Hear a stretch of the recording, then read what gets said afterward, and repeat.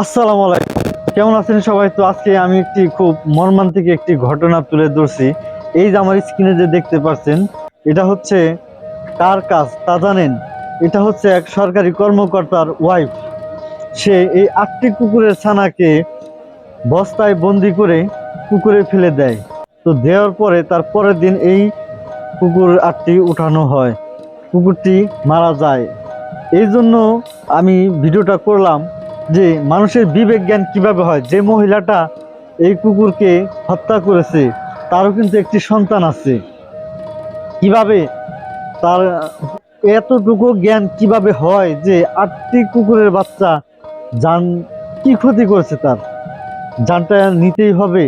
এরকম ক্ষতি আসলেও আমাদের বিবেক জ্ঞান হারিয়ে গেছে।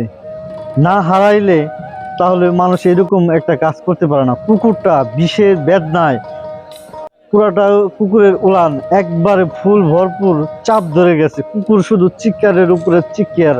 মানে এটা দেখলে, এই কাহিনীগুলো দেখলে, কুত্তার ব্যবহারটা দেখলে নিজে ভিতরটা মনে হয় ফেটে যায়।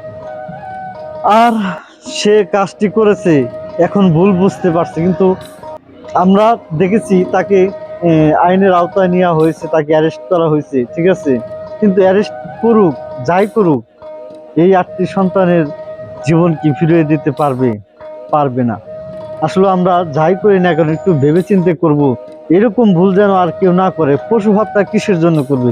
পশুর তো একটা জীবন আছে, আমাদের যেমনি একটি জীবন, আমাদের একটু আঁচড় লাগবে, যে কষ্টটা লাগে ওদের লাগলেও হয়। দেখেন কি অবস্থা, আসলে খুবই দুঃখকর। এই কুকুরটির ভাব দেখে আমার কান্না আমি ধরে রাখতে পারিনি। কিন্তু তারা কিভাবে এইসব কাজ করে, তো আমরা সবাই যেন দূরত্ব থাকি এইসব আজেবাজে কাজ থেকে। মানুষ মানুষকে কিসের জন্য আঘাত করবেন, এগুলো থেকে সবাই আমরা দূরে থাকি। তো ভালো থাকবেন। আসসালামু আলাইকুম।